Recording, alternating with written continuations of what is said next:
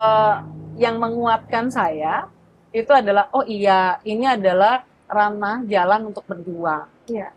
Karena jalan untuk berjuang ya akhirnya ya malu-malunya sedikit dikurangi. Tapi rasa malu itu sebenarnya buat kontrol juga sih. Iya. Biar kita nggak terlalu berlebihan. Ya terlalu bebas banget gitu Iya, ya, nggak terlalu ugal-ugalan gitu. Iya. Jadi tetap harus ada rem-rem gitu Iya, Teh, ya. iya. Jadi itu menjadi hal yang wajar Teh ya, kalau malu, kalau masih kurang percaya diri, Ya, malu insecure. dengan kurang percaya diri beda kali ya. Iya.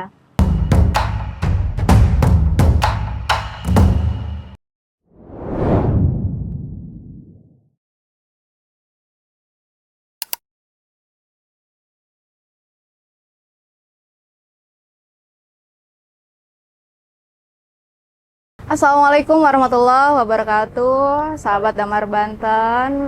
Kita kembali lagi, kita ketemu lagi di dalam acara podcast.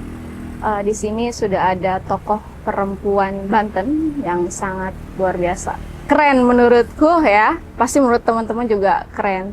Dan pasti teman-teman juga sudah pada tahu ya, sudah sering melihat ini tokoh perempuan Banten, Teh Titin Holawiyah. Halo Teh Titin. Halo. Aku biasa manggil Teh Titin aja ya. Teh Iya. Titin biasanya. Jadi kalau ibu terlalu baku begitu Teh. Iya. Jadi aku Kurang manggil Teh deket Titin. juga jadinya. Kayak seperti ada sekat. Seperti ada sekat gitu. Teh Titin, gimana kabarnya Teh? Alhamdulillah TII, saya panggilnya TIS juga Iya ya. dong. Iya. Kabar baik ya Teh ya? Alhamdulillah TIS. Sehat ya Teh? Sehat, alhamdulillah TIS. Semoga TIS. Menuju ke sini alhamdulillah lancar ya Teh. Lancar, lebih cepat dari biasanya, Nggak macet ya? nggak macet. Alhamdulillah. Oke Teh Titin, bisa diceritakan Teh Titin ini kan memang seorang politisi gitu kan, seorang politisi lalu juga concern di bidang politik gitu. Kenapa sih Teh Titin bisa terjun di ranah itu? Bisa diceritakan nggak Teh latar belakangnya, sejarahnya hingga akhirnya Teh Titin memutuskan untuk terjun di dunia politik dan menjadi politisi? Mungkin perjalanan lama ya, Perjalanan perjalanan yang lama. Mungkin ketika remaja ya, Iya. remaja itu melihat bahwa waktu itu akhir akhir 80-an dan menjelang 90-an, waktu itu saya pernah punya pilihan untuk pengen pakai kerudung kala itu dilarang yang sampai harusnya saya ketemu kepala sekolah, ketemu guru BK dan bikin pernyataan. Saya melihat kok sampai ada pelarangan begitu. Waktu itu sudah tertarik dengan bacaan-bacaan tentang HAM. Nah, akhirnya kala itu di awal 90-an, kalau nggak salah 91-an mungkin, itu ada undang-undang aturan yang memperbolehkan. Jadi di radio, di TV itu terlihat banyak aksi demo kayak gitu mendorong agar diperbolehkannya pakai kerudung. Iya. Nah, jadi ketika remaja itu saya berpikir bahwa oh ternyata sebegitu regulasi atau sebegitu aturan yang sampai saya terasa banget, saya harus berhadapan dengan kepala sekolah, harus bikin pernyataan bahwa bukan karena organisasi terlarang gitu kan. Kalau dulu kan sekolah-sekolah umum tuh nggak boleh pakai. Itu sampai sebegitunya, tapi dengan aksi, dengan pressure waktu itu banyak tokoh ya, saya dengarnya di radio, di TV gitu, yang mendorong akhirnya ada aturan, ada undang-undang yang memperbolehkannya pakai kerudung di sekolah-sekolah. Beberapa setelah itu juga pas kuliah, oh ternyata memang dorongan politik gitu ya, kebijakan itu harus diperjuangkan. Jadi walaupun itu sebegitu aturan kerasnya, tapi itu ketika di ranah publik yang itu baik ya, itu harus diperjuangkan. Jadi banyak hal yang akhirnya seperjalanannya waktu, saya kayak punya cita-cita, harapan ikut di ranah-ranah publik. Contohnya waktu mungkin lagi kuliah juga terlibat di beberapa teman-teman tuh untuk mendorong undang-undang anti kekerasan, terus mendorong waktu itu kuota 30% perempuan karena tahun 90-an akhir itu belum ada itu undang-undang terkait itu. Jadi spirit ada apa ya, kegelisahan, kok kayaknya ini seperti ruang yang kurang adil, atau kok ini sepertinya mendiskreditkan ranah lain, waktu itu mungkin karena perempuan. Iya. Dan saya berjenis kelamin perempuan gitu kan. Jadi ada spirit itulah yang akhirnya menguatkan saya untuk masuk di ranah publik, berpartisipasi di, mungkin orang menganggap itu politik. Bagi saya politik itu seperti pisau ya. Iya. Bagaimana kebermanfaatan pisau itu buat kemaslahatan. Jadi pisau itu gimana kita mempergunakan ya Teh? Iya, betul. Dia bisa mencelakai, tapi juga bisa memberikan manfaat gitu. Iya. Jadi memang sejarahnya begitu ya Teh? Sejarahnya agak dari mulai Teteh memutuskan untuk Remaja, berkerudung, ya. hingga akhirnya dewasa, kuliah gitu kan. Jadi Teteh punya spirit itu gitu, untuk spirit bahwa ranah. terus memperjuangkan hak perempuan gitu. Khususnya dalam hal peraturan undang-undang, regulasi. regulasi. Baik, oke Teteh. Menarik ya Teh ya? Iya. Menarik gitu Teh ceritanya gitu. Lalu Teh nih, menurut Teh Titin ya, apa arti eksistensi perempuan? Keberadaan Perempuan dalam ranah publik dan politik. Keberadaan perempuan tuh ya nggak bisa dinafikan. Ya halnya laki-laki, ya perempuan juga ada gitu. Nah, di ranah publik karena itu juga kan nggak bisa regulasi itu ujug-ujug ya. Iya. Karena juga dampaknya harus kepada laki-laki, juga dampak kepada perempuan. Maka perlu ada keterlibatan perempuan. Spiritnya jadi agar perempuan juga, bukan agar perempuan ya, itu agar fair aja sih, Iya. agar sisi lain dari jenis kelamin tertentu itu mengetahui ruang-ruang itu. Itu aja sih. Baik Teh, kita sekarang ke pembahasan, sudah mulai masuk nih Teh ke personal branding gitu. Personal brand. Kalau tadi sejarah Teteh, sejarah Teteh masuk di dunia politik gitu kan, lalu juga keberadaan eksistensi perempuan gitu, bahwa memang bukan cuma perempuan tapi ada laki-laki gitu Teh Iya, ya, ada betul. jenis kelamin laki-laki dan perempuan, dan keduanya harus bisa mendapatkan hak yang sama gitu Iya. Teh. Nah menurut Teteh nih, bagaimana pentingnya personal branding khususnya bagi perempuan, apalagi ini menuju tahun 2029 pemilu nih Teh nih. Iya. Silakan Teh di-share Teh. Oke. Menurut saya gini sih ya. Laki-laki dan perempuan Iya. kan sama sih ya. Dia punya ruang-ruang di publik. Nah, kalau persoalan perempuan ini kan sering dianggapnya, ya untuk hari ini ya, politik hari ini menganggap bahwa keterlibatan perempuan di ranah publik, di ranah politik tuh dianggap cuma buat memenuhi kuota 30% perempuan. Seolah-olah itu cuma kalau kayak sekolah cuma isi absensi doang gitu ya. Padahal kan ada spirit lain.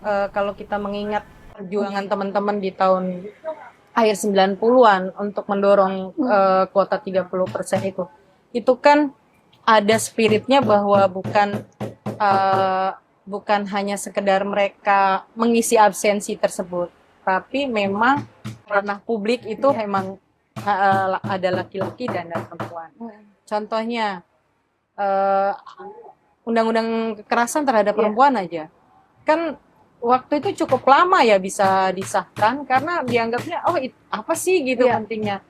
Tapi ternyata teman-teman perempuan yang bukan hanya sekedar mengisi kuota 30% perempuan itu juga mau memperjuangkan itu. Jadi ada juga banyak perempuan-perempuan yang contohnya tidak hanya memperjuangkan masalah perempuan.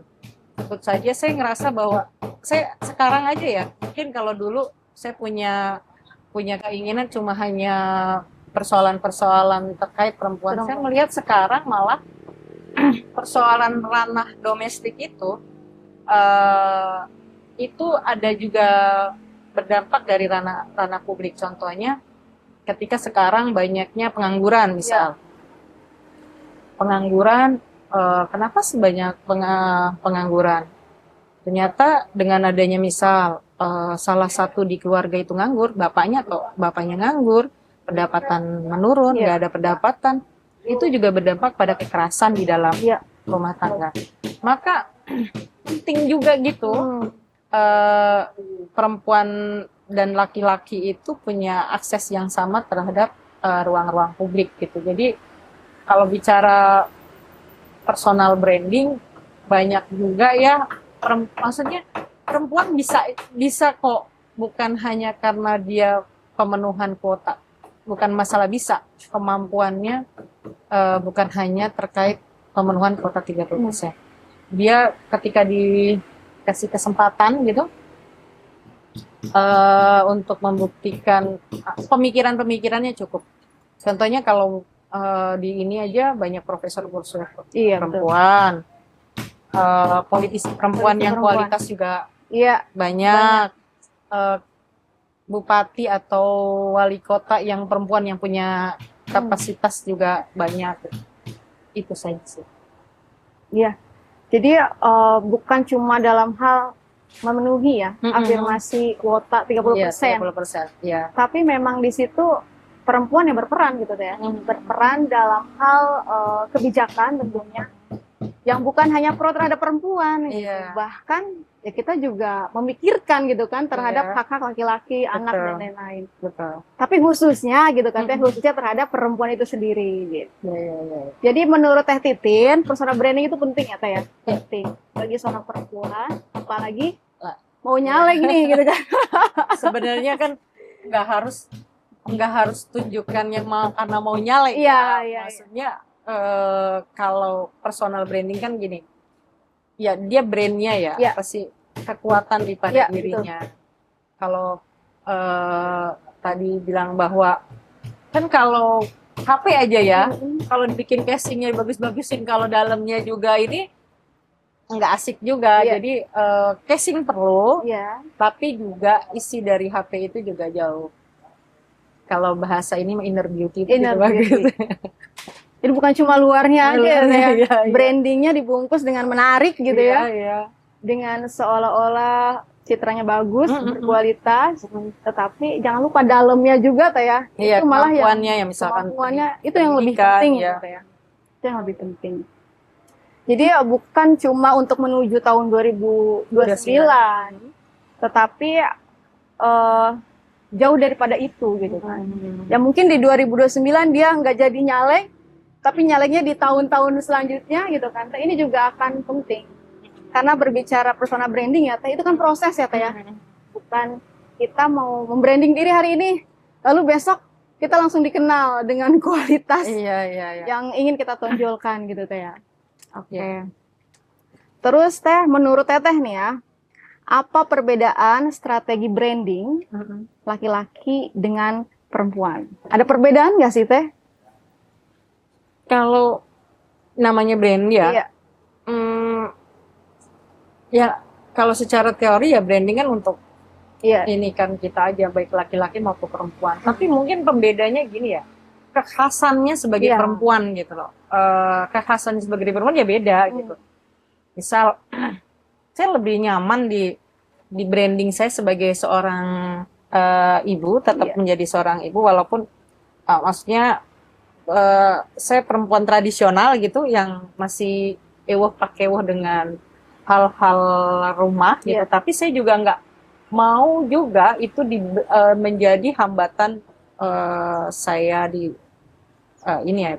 di politik gitu, kayak seolah-olah perempuan tradisional yang menganggap bahwa rumah itu sebagai istri dan sebagai ibu itu penting, itu tidak punya kemampuan sebagai, kalau perempuan menganggap bahwa keluarga itu penting, seolah-olah dianggap dia tidak bisa ke ranah publik. Nah, saya pengen membranding diri saya bahwa saya dengan seorang ibu dengan 4 orang anak gitu, saya masih sempat bisa isi materi misalkan saya masih sempat ngajar, masih sempat saya diskusi-diskusi, bahkan saya mungkin ada punya keinginan, ada ketertarikan bahwa ranah publik, ranah politik itu harus diperjuangkan. Karena itu untuk kemaslahatan bersama. Gitu. Jadi mungkin pembedanya bahwa perempuan itu nge-branding saya sebagai seorang ibu dan sebagai seorang istri. Itu aja sih. Saya tetap jadi perempuan tradisional gitu ya. Kalau teman-teman bilang konservatif gitu, mungkin begitu kali ya. Tapi saya tetap masih apa namanya ruang publik sebagai tempat perjuangan itu kita lakukan dengan laki-laki. Berarti Teteh sampai saat ini masih bangga gitu kan untuk dikenal sebagai seorang ibu dari 4 orang anak gitu kan. Lalu juga sebagai seorang istri, tapi tetap dia masih mau ke ranah publik gitu dan masih bisa loh teman-teman untuk isi materi tadi disebutkan oleh Teh Titin ya, dan juga berkegiatan-kegiatan lain gitu. Jadi artinya bisa membagi antara di ranah domestik dengan di ranah publik. Emang perempuan harus seperti itu ya Teh ya? Laki-laki juga harusnya seperti itu juga. Betul. Mungkin dia juga ada ranah-ranah domestik yang enggak juga kita share. Cuma kan perempuan ini banyak di stigma bahwa stigmanya bahwa ranah domestik dia itu menjadi hambatan. Kalau menurut saya tuh stigma itu ya tidak selamanya benar juga, dan perempuan-perempuan nggak perlu takut juga bahwa hambatan di ranah domestik itu menjadi hambatan, karena itu nggak bisa juga. Apakah misalkan kita harus nyuci piring aja kan nggak gitu juga gitu kan, atau kita seperti apa, itu kan sebenarnya masalah manajerial aja sih. Iya, nggak juga harus, kecuali ada yang tidak bisa didelegasikan ya, kayak misalkan sebagai penyusui misalkan, itu nggak bisa didelegasikan. Tapi kalau nyuci piring kan bisa didelegasikan, begitu kira-kira. Jadi selama itu bukan hal-hal yang kodrati ya Teh. Iya, hal-hal yang given ya. Itu masih bisa lah gitu didelegasikan. Oke Teh. Lalu Teh, ini ya personal branding Teh ya. Tentu kan ada tantangan tersendiri gitu bagi perempuan yang ingin memulai personal branding gitu. Karena ada juga beberapa yang ingin memulai personal branding, ada yang malu-malu gitu Teh. Lalu juga kurang percaya diri, insecure gitu kan. Atau juga dia kurang ingin dikenal, dipublish segala macam gitu. Itu menurut Teteh bagaimana sih untuk menyikapi tantangan-tantangan yang seperti itu? Iya, sejujurnya ya, saya juga sebenarnya sering masih malu-malu ya. Kalau misalkan ditanya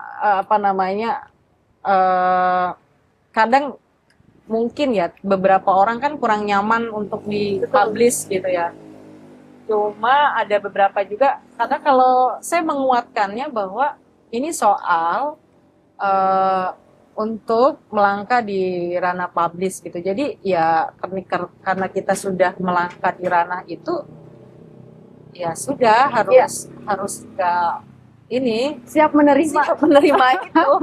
Karena ini bagian daripada perjuangan, maka bisa menerima itu. Jadi kalau bicara malu gitu, saya kadang juga ada malu-malu, karena kan gini, kebanyakan dari kita ya perempuan tradisional lah ya, saya nyebutnya gitu, itu kan kita kayak punya pemahaman kalau kita memberi tangan kiri nggak, kita ngasih tangan kanan, tangan kiri nggak boleh gitu, nggak boleh lihat.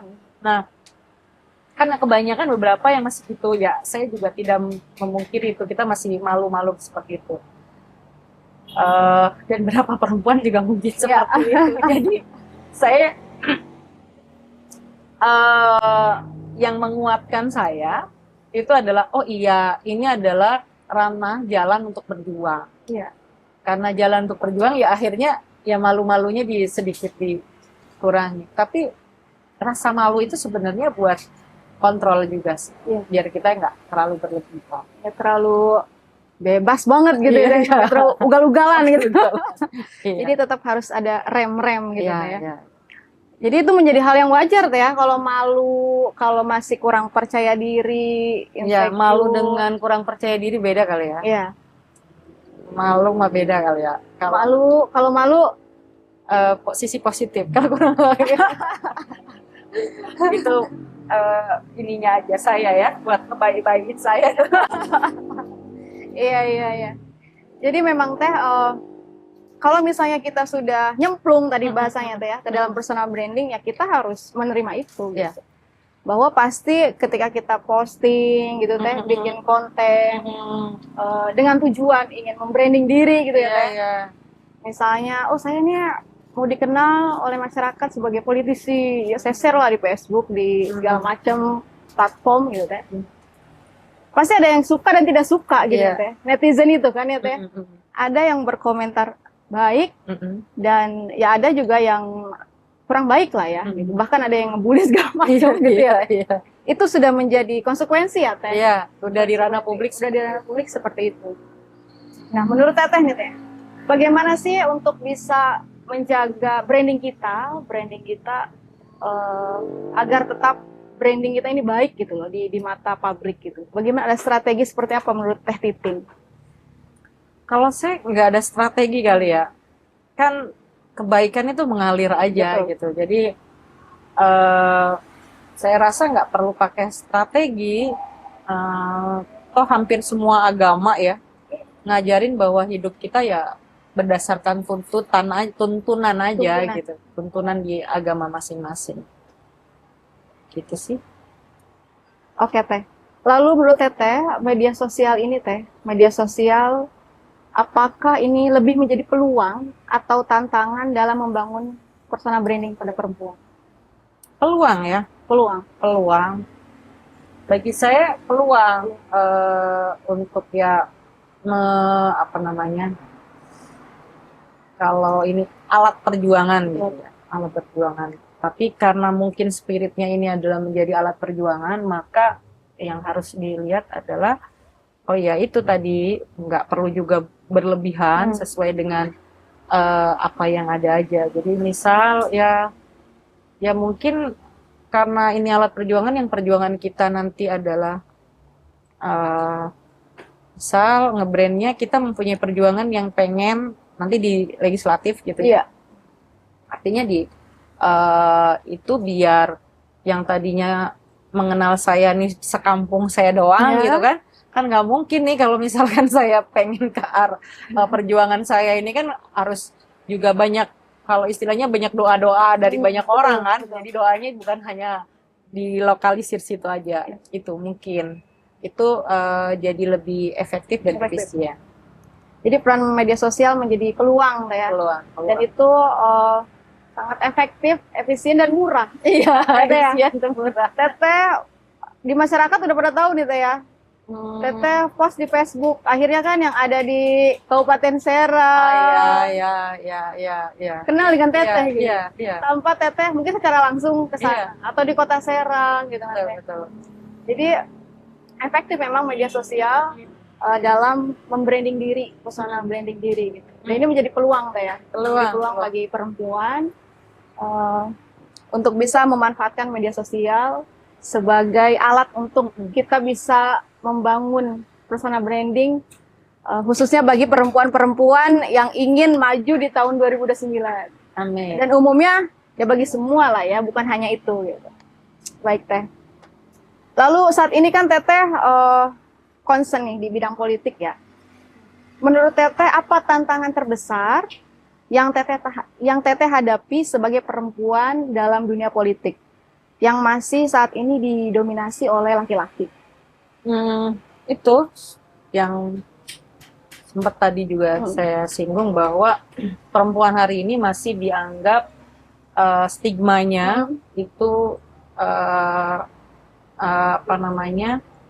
untuk pemenuhan kuota 30%. Maka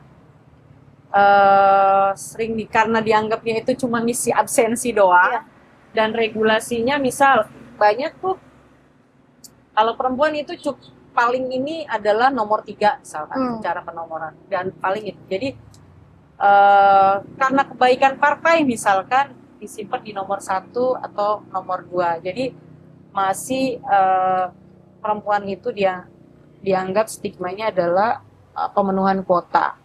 Bukan bahwa dia dikasih bahwa dia punya kapabilitas, kualitas untuk memperjuangkan itu. Jadi masih kurang ya, stigmanya tuh masih dianggap bahwa dia punya keterbatasan karena perempuan itu kebanyakan adalah perempuan tradisional yang menganggap nilai-nilai tradisional itu kayak ranah keluarga itu menjadi penting.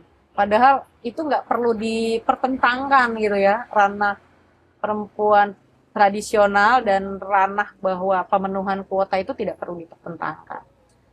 Tinggal kebaikan partai atau kita jujur menilai para perempuan ini, atau mungkin lebih kalau saya ngambil kalimatnya Pram ya, kita harusnya jujur sejak dalam pikiran gitu. Jadi kalau misalkan melihatnya, ini perempuan ini kapasitasnya begini, kapasitasnya begini. Jadi tantangan terbesarnya masih kita nih para perempuan yang berjuang, yang punya niatan berjuang untuk kemaslahatan bangsa ini, itu masih berhadapan pada stigma bahwa mereka mah cuma buat memenuhi kuota doang.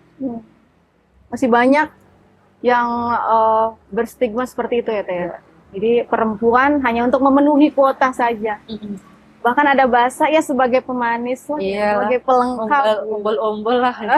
Parah banget gitu tuh ya. Sakit hati.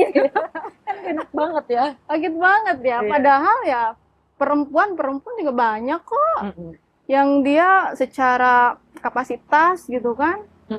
Terus juga berkualitas dari segi keilmuan dan lain-lain. Iya. Dan ini ya masih miris kita ya. Masih banyak pemikiran-pemikiran yang seperti itu. Iya. Lalu menurut Teteh, sejauh mana peran penampilan, komunikasi, dan rekam jejak dalam mempengaruhi citra diri seorang perempuan di politik? Sangat ya. Sangat mempengaruhi. Bahwa misalkan, saya pikir rekam jejak itu penting ya, penting. Kan secara natural aja, secara alami aja, orang tuh nggak ujuk-ujuk berjuang. Kayak semua orang punya perjuangan hari ini itu ada yang melatar belakang. Nggak mungkin ujuk-ujuk. Nah, mungkin itu ada juga yang ujuk-ujuk. Tapi kan kita bisa lihat ya, kalau nge-branding yang ujuk-ujuk dengan memang latar belakangnya berbeda. Itu kan sangat berbeda. Jadi saya pikir rekam jejak penting. Komunikasi juga penting. Semua penting. Penampilan penting ya. Jadi 3 peran tadi sangat penting gitu ya. Sangat penting untuk mempengaruhi atau membranding citra diri dalam seorang perempuan. Perempuan maupun laki-laki sebenarnya. Iya, sama aja. Jadi penampilan ya kita harus menjaga penampilan gitu ya. Betul. Jangan ya udahlah gitu ya. Kalau ya udah adalah cukup begini juga ya. Saya tuh kata temen saya, Tin lo dari dulu kok gitu-gitu aja. Masalahnya saya kalau lebih ini tuh kadang jadi nggak pede. Jadi saya pede dengan penampilan saya yang Kalau ini beda konteksnya Teh. Kalau Teteh konteksnya ya udahlah apa adanya tuh masih keren gitu kan kelihatannya. Jadi masih rapi gitu. Iya. Jadi kadang-kadang Tin gue aku pedenya begini, kalau terlalu ini tuh aku jadi kadang-kadang emang style Teteh tuh gini gitu kan. Stylenya begini. Iya. Penampilan perlu ya Teh. Iya, perlu. Penting. Yang bikin menunjang pede ya, menunjang bahwa dia nyaman gitu. Ada kata-kata yang bilang gini Teh, bahwa penampilan itu bisa mengukur kualitas dirinya sendiri katanya Teh. Betul. Jadi kalau kita penampilannya baik katanya, itu kan secara tidak langsung kita menghargai diri sendiri. Betul, setuju. Dan ini penting Teh untuk perempuan ya Teh. Betul. Kalau Teteh tadi ya udahlah, versi Teteh tuh beda ya, sahabat ya. Ya maksudnya bukan ya udah tuh gini ya, masalah selera itu Ya, beda. selera. Tapi kalau penampilan itu penting, ya. Betul. Tapi selera, misalkan warna baju, Ya. nah itu yang beda. Beda. Atau kita berbatik beda motif, Beda motif, tapi senada. itu. Hari ini sahabat Damar Banten menarik ya. Kita nggak jadian ya, Teh ya. Nggak jadian, tapi senada lah. Tapi senada. Ini dalam hal penampilan ya, Teh. Lalu komunikasi, Teh. Komunikasi juga penting. Penting Teh komunikasi. Tadi yang Teis bilang menghargai ya. Kalau penampilan itu menghargai diri sendiri, komunikasi itu adalah menghargai orang lain. Jadi poinnya sebenarnya menghargai lingkungan untuk tidak buang sampah gitu kan, menghargai diri, kita menampilkan diri, menghargai orang lain dengan cara komunikasi yang baik. Betul. Jadi poinnya brandingnya itu adalah menghargai, Menghargai, memanusiakan manusia gitu. Humanisme gitu. Humanis gitu ya, Iya, sahabat. Lalu juga rekam jejak ya, tadi Teteh sebutkan rekam jejak juga sangat penting gitu kan. Karena rekam jejak tuh sekarang itu Teh kita bisa diulik gitu Teh. Dulu kita mungkin post yang kurang baik, Iya. akhirnya bisa ditemukan, bisa diulik gitu. Iya. Itu rekam jejak, khususnya kalau kita sudah upload gitu di media sosial gitu kan, atau di platform mana aja lah gitu. Jadi aib-aib kita tuh bisa dibongkar gitu. Kelakuan-kelakuan yang kurang baik Iya. dulunya misalnya Teh. Walaupun sekarang mungkin sudah baik gitu ya, Iya. sudah tobat. Tapi rekam jejak tadi itu Teh yang bisa diulik ya teman-teman. Kalau sekarang kan peran media sosial sangat luar biasa. Kita post tahun 2009, sekarang 2025, itu bisa ketemu itu Teh. Iya. Jadi kita harus menjaga rekam jejak kita gitu ya Teh ya. Dengan menjaga diri kita gitu untuk bisa menciptakan berkelakuan baik, rekam jejak yang baik, sehingga ini juga bisa menjadi nilai plus dalam branding diri ya Teh ya. Baik Teh, sekarang kita menuju harapan Teh. Harapan dan pesan inspiratif dari Teteh ini ya untuk para sahabat Damar Banten yang nonton, baik itu anak muda, ibu-ibu, seluruh perempuan dan laki-laki gitu kan. Ini nanti ada harapan dan juga pesan inspiratif dari Teh Titin ya. Apa strategi yang bisa dilakukan generasi muda nih Teh, generasi muda perempuan yang ingin masuk ke dalam dunia politik? Pesannya ya, Iya. harapannya generasi. Karena ini sebenarnya ya bukan hanya generasi muda, siapapun itu baik perempuan maupun laki-laki. Ada di ranah politik itu ya yang tadi sempat saya bicarakan bahwa itu seperti pisau. Dia itu bisa digunakan untuk kebaikan. Maka harapan saya siapapun tuh teman-teman yang pengen punya perjuangan yang punya dampak lebih masuk ke ranah publik. Apalagi teman-teman aktivis perempuan. Ya. Kan banyak tuh aktivis perempuan yang akhirnya sudahlah karena sudah ngelihat hari ini betapa kalau siapa Rocky Gerung atau siapa yang bilang barbar gitu ya. Betapa barbar ininya.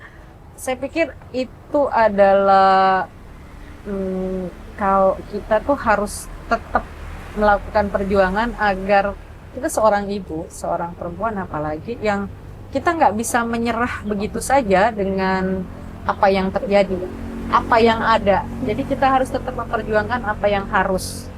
Jadi kepada aktivis perempuan, generasi muda dan yang lain, kita nggak boleh menyerah dengan keadaan hari ini.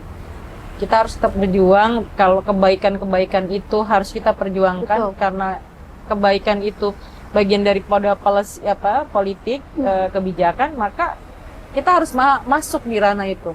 Satu-satunya cara kan perjuangan di ranah publik itu ya lewat politik, lewat partai politik. Jadi jangan juga alergi dengan politik. Banyak di teman-teman udah sitin usaha aja, kamu bisa kok berbuat baik dengan kamus hari ini misalkan. Enggak, tapi Kalau itu kan cuma buat skup, misalkan saya ngomongin berapa orang untuk tenaga kerja gitu, paling cukup segitu aja. Tapi kalau saya di ranah policy, itu punya dampak yang lebih masif. Jadi harapannya nggak usah putus asa dengan yang fenomena sekarang terjadi, malah kita harus bergandengan tangan, kita harus sudahi seperti itu. Iya. Jadi nggak usah berkecil hati dengan apa yang sekarang terjadi. Oke, sahabat Damar Banten, itulah perbincangan santai kita di hari ini mengenai personal branding, lalu juga mengenai perempuan dan politik, tantangannya seperti apa, strateginya bagaimana bersama narasumber Teh Titin Holawiyah. Semoga obrolan kita ini bisa bermanfaat, ada hal-hal yang bisa diambil, dan kurang lebihnya kami ucapkan mohon maaf. Terima kasih, jangan lupa ditonton, di like, di komen, dan juga di subscribe dan di share podcast Damar Banten. Wassalamualaikum warahmatullahi wabarakatuh. Waalaikumsalam warahmatullahi wabarakatuh.